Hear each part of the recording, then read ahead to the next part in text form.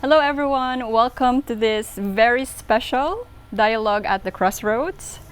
Today, we come together here not with a fixed agenda. We are here with an open hearts and shared curiosity towards the same theme of self-awareness, self-acceptance, and what it really means to live life inside out. We're honored to be guided by Douglas, who will share his experience and offer reflections along the way. He will hold the role of an elder in this conversation. I have a question, Douglas. Sure, yeah. Like when you felt like the sense of wondering Yeah. has come to an end, have you had that inner conflict within yourself whether should you continue, should you go back to your old life, or will you step towards a new life, but which means like stepping into the unknown? And our minds always gives us all of these questions, all of these doubts and fears. Have you experienced that, and how do you deal about it? I definitely experienced it because embracing something new also means letting go of what existed before. And I lived in Seattle, and I had a community and friends and a career, but somehow the newness won out. I think the first 4 years, I was on this fence of should I stay, should I go, and one thing I learned was that rather than to live in that question every day, I decided, okay, in June every year, I'll make a decision. Until then, I'm gonna be here. And at that point, I will make a decision, and it'll be either for another year or it will be go back. And that really worked well for me because having the ambivalence and the uncertainty was too hard. I did go back every summer, partly because I had promised my mother that I would come visit. If I'm going to live halfway around the world, I would also come back and visit. So I would go back every summer. And each summer after the 4th year, I started reducing my possessions and getting rid of things. And basically, as time went on, I became further and further into the commitment of being here. And I don't remember exactly what it was, maybe the 6th or 7th year. It was like, okay, this is my life now. And I have felt that ever since. So you had like checkpoints, like self-assessment every year, and it landed during June. Yep, that was my method, and probably because I had worked in schools for many years of my life, and so June was like the end of the school year, and then you have summer, and so I was going back in the summer. So yeah, that really helped me to decide, because and then instead of being, and I'd say the other thing that helped me was that I kept having more and more clients who were seeking my help, and I was part of a group that started the Hanoi Counseling Psychology consultation group with other therapists. So I became more and more grounded and a part of the community that I was interested in. And then in 2018, I decided to take a sabbatical, I called it. And I spent 3 months traveling back to the States. And then I took 3 months to write the book. And I came to Hoi An, and I stayed in this great place near the beach. And nobody knew I was here, so I was totally focused on what I was doing. And somehow these 3 books, actually, at the time I thought it was 1 book, but it's too much, so I divided it into 3 parts. And then I went back to Hanoi, and I continued to work, and then I thought, I loved Hoi An, why don't I just move back here, which I did, the end of 2019, just before COVID. And then I was here during COVID when there was no tourism and nothing going on. And it was actually very ideal for me because it was quiet, and the beaches were quiet, and I really found this is place. A perfect space to just land and, create, right? And you mentioned about the book, and I've read the first part. I really love the idea of, not idea, because this is a real concept that we all human are experiencing right now, like living from inside out, aligning what you're thinking, how you feel, and what's outside. So for you, when did you realize that, okay, this is time for me to, live the life that I want from what's within? When did it started?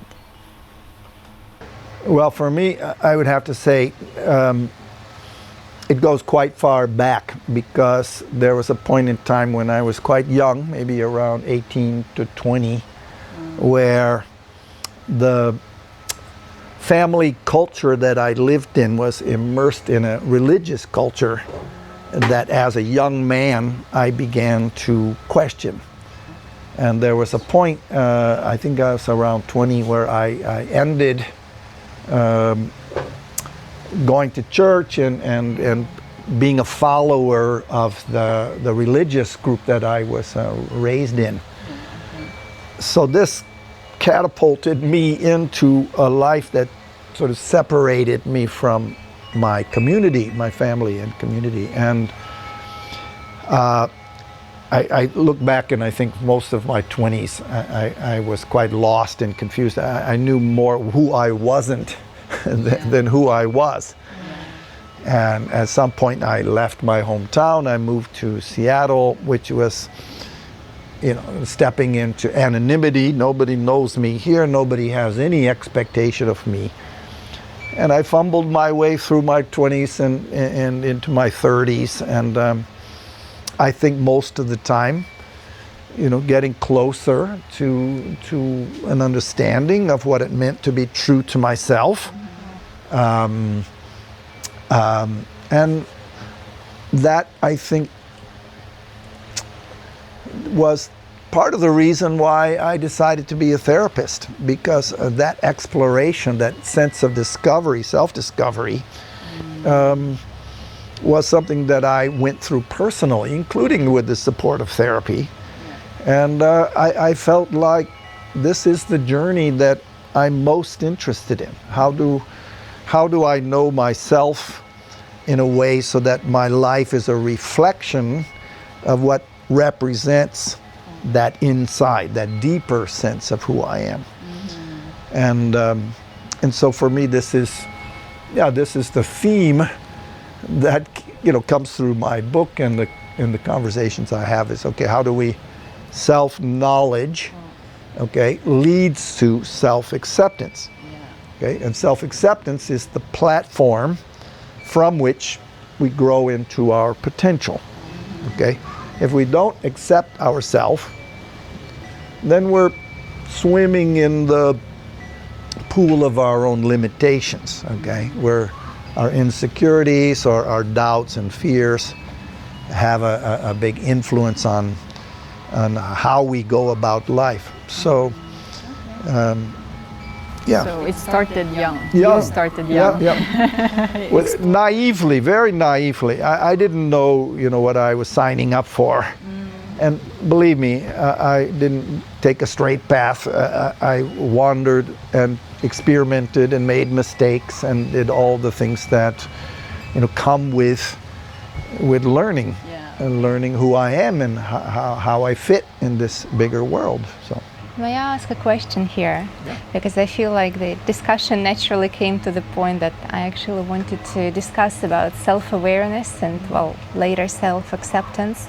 I guess, focusing on the first point, self-awareness. I first of all just wanted to say how much I appreciated reading your book. It's amazing.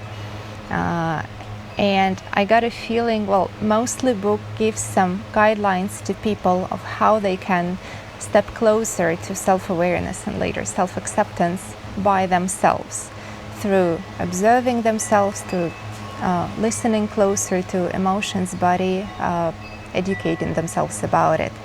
But to what extent do you think it's possible to achieve that? So I'm not even talking about self-acceptance, just self-awareness for starters, outside of a therapeutic relationship. So the reason I'm asking that, I myself have spent quite a few years, I'd say, reflecting like consciously. So I've been also interested in psychology for a while, so it's been on my mind, and I was self-reflecting a lot, and I was trying to identify my patterns, but also like being like having a depressive personality type, let's say, I would almost enjoy identifying all of my faults, you know. And I feel like no matter how objective I'm trying to be, if the person is doing it on their own, they still don't get a proper mirror, and the look from the outside is very important. Like that said, other relationships, I guess, could also be therapeutic, so it doesn't necessarily have to be a psychotherapist. But still, like, what's your take on it as a professional? Like, to what extent a person can achieve that state by themselves without professional help? So the question, I think, is a really valid one, you know, and it was a question I asked myself in writing this book. Can a book supplement self-therapy? And I actually made reference to a very famous woman psychologist named Karen Horney, who advocated self-therapy and saying that self-therapy is actually a higher form because we can take responsibility for the things we've learned. And but I did question that, and my thought is that it's a good place to start, and a person can delve into this kind of exploration, and at any point can realize, wow, there's more here than I thought, this is more difficult than I thought, and then they can seek a therapist, or in many cases sometimes it's friends or family members who serve as a sounding board for. I would say the second answer to the question is very much related to how prepared or ill-prepared we are for adult life. Okay, and this goes back to my third book, which is identifying what I call the needs of childhood. Now, in that book, I'm not talking about survival needs. I'm talking about the needs we have in order to be self-actualized, to live fully in a way that allows us the freedom to discover our potential, or what I refer to in the book as our whole true self. So I'm sure you know there are many people for whom those needs are barely met or unmet. Neglect, abuse, childhoods devoid of the support that is necessary will mean then that the journey begins with a deficit, with having to figure out what are the things that are the biggest obstacles for my life. So I would say it wouldn't be an expectation that a person could sort of work through those challenges alone. In my experience, for example, I was aware of myself at the age of 35 when I checked all the things that my parents asked me to do, which is having a job, earning money, and having a family, and all these things that I did, and then realizing that actually I'm still not happy, so what's going on? And then what it reflects inside of me, like you said, you know, in your childhood, in my childhood, I didn't have the knowledge of what's the meaning of emotions, for example. Why am I angry? I didn't have the maturity to question myself about, you know, all these things that happening inside of me. But from the outside, it was all about crying and being sad and not feeling alive with myself. So I guess, you know, at some point, the society will say to you that you need to raise your children the way that they have to be conformed to a certain status or certain way of being. But then, like you said, we don't have the clue, we don't have the tools to understand and to decoding ourselves. So then, for me, it happened late, like 35. I was already a mother, I was already, grown up, and I was living by myself. But then I had this question of, wow, I'm a mother. What do I want to transmit to my son? What do I want him to have as an example? Is it a follower, or is it something that, okay, maybe it's not the scheme that my parents wanted, but maybe it's mine, and maybe it's better to show him that, you can just be okay and you just be happy by being aligned and not with all this money and all these material things, Oh, thank you so much for this comment. Actually, it's relatable in a way that, you mentioned that you had all the, let's say, external success, and it didn't feel satisfying at all. And I guess I caught myself having that, well, when I was younger, but maybe when I finished my bachelor's. And yet emotionally I was a wreck, and I felt that I had zero sense of agency.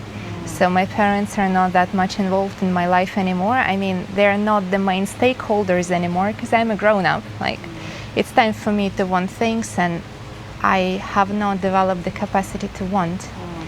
But also you mentioned the tools that a person should be equipped with. And this is pretty interesting, because actually I am grateful to my mother for educating and informing me about a variety of tools, because she is a psychologist. She does have the competence in there. But I also feel like, I mean, I know about that, but then there is this gap between knowing and feeling. And having a role model, what you mentioned, that you want to become a model for your kid, is actually so much more important than having somebody to tell you what, like, you're supposed to do and what you can use. So that's just a comment. A common theme throughout the world. I mean, we're a collection of people from different places, but it's not an uncommon thing that we grow up out of our childhood trying to meet expectations that are external to us, whether it's our parents, our teachers, our peer group. We look outside and we try to match, to fit in, to belong. And this is all part of the need we have for acceptance. We look for approval and validation, and it's an external view. And it comes often at the expense of this self-knowledge that we're talking about. It's a very different thing to look inward and ask ourselves the question, what do I like? What do I want? What is congruent with me in the way that I go about my life?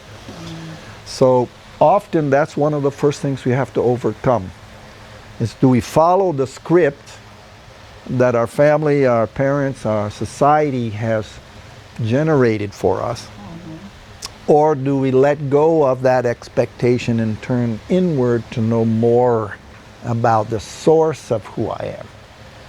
And I think this is, some people make that shift and are willing to go through that. Some people aren't. Often, in my case, deciding that I wasn't Christian in the way that my family was, meant I not only had to leave the religion I grew up in, but I had to separate from my family. And so at that point there wasn't much choice but to follow whatever that intuition was, so. And I think it's a good test to see if your community really loves you, in a sense that, despite the fact that you're doing something different, and your community. I would take the example of my mom, for example. She was not okay with the fact that I divorced. She was not at the beginning okay with the fact that I would be traveling here. But regardless that, I can feel her love yet. And it's really important because I saw now that she loves me for who I am and not for what I do. So doing the things from the outside, and I think it's very powerful, because some people, then you will test, and if the person is not okay with you, because before I used to work in luxury, for example, so I don't have discount anymore. So if people are not in my life anymore because I'm not working in luxury, for example, then you see, oh, maybe it was not real friendship, or maybe it was not true love. And this is why, to me, it's so important to be aligned with yourself. And like you say in your book, when you are aligned with your thoughts, your emotion, and your behavior, it's just showing congruence. And congruence makes you, aware and okay with yourself, and then it can reflect on your relationship. It gets to a question that I think is a profound one. This notion of having a whole true self. I make some references, Shakespeare, Hamlet, to thine own self be true beyond all things, Most of the psychologists, Maslow and Carl Jung, and make reference to the actualization of oneself. But I don't think that idea is always cultivated. And do you feel like there's such a thing as a Kathy that exists that you can draw on? For me personally, it's a little bit different because my mom always tells me that I'm stubborn. I always follow myself. I have my own will. Because every time I speak with her and I asked about, okay, was I like this before, Mama? Like, I have really strong sense of autonomy. And then she tells me like, yeah, you do your thing. So looking back, I can see that I was really following what feels good, because I feel like if it doesn't feel good in my body, I can't push myself to do it.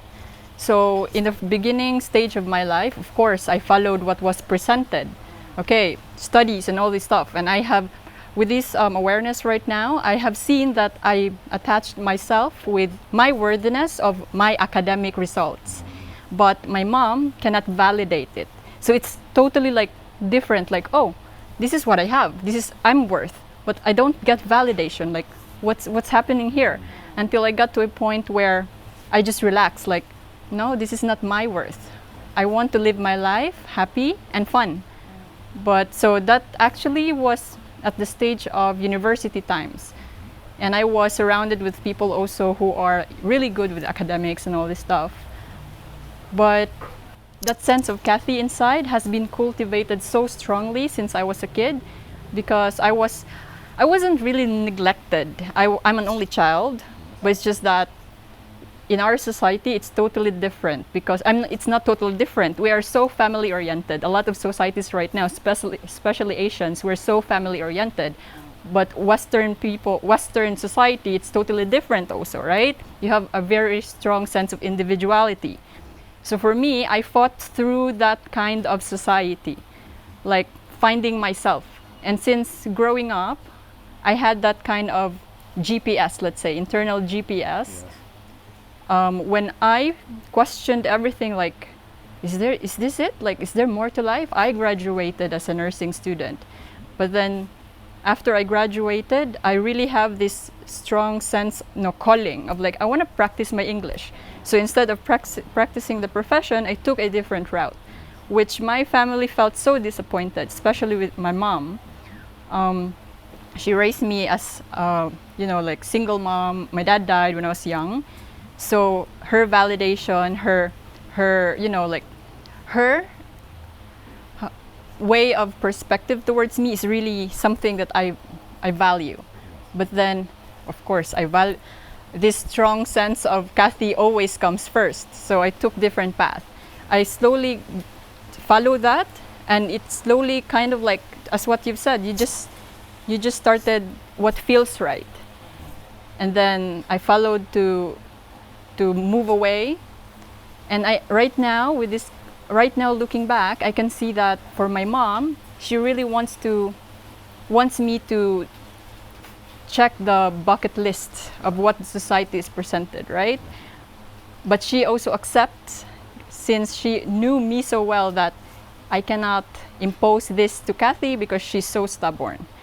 So she let me go. Both of you are describing that. And I think Ava's story is similar, because I know a little bit. But the fact that we have to navigate our parents'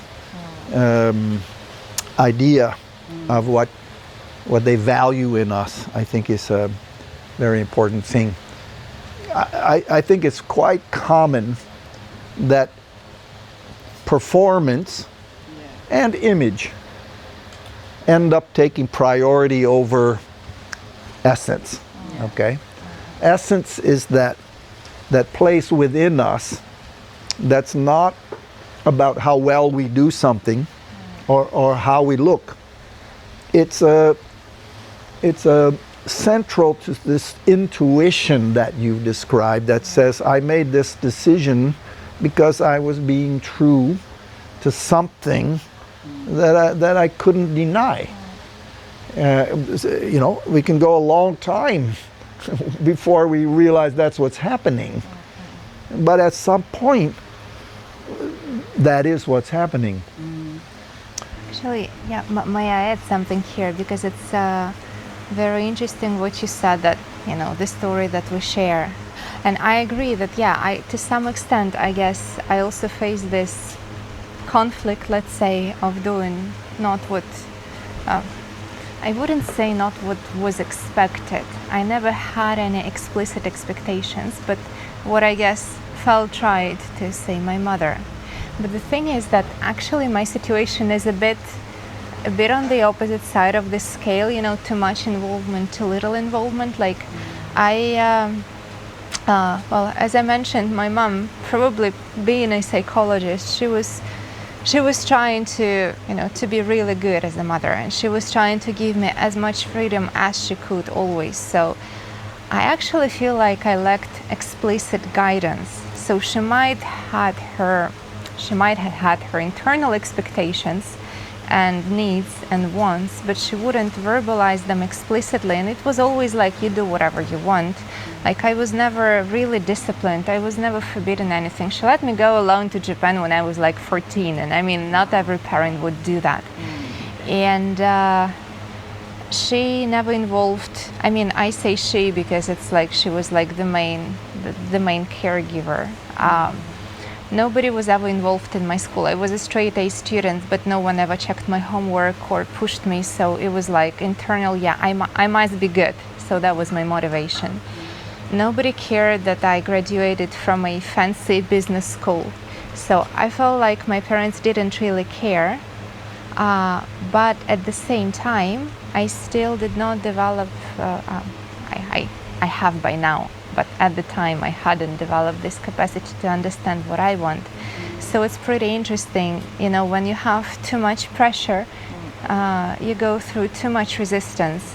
It jeopardizes your ability to function as an adult.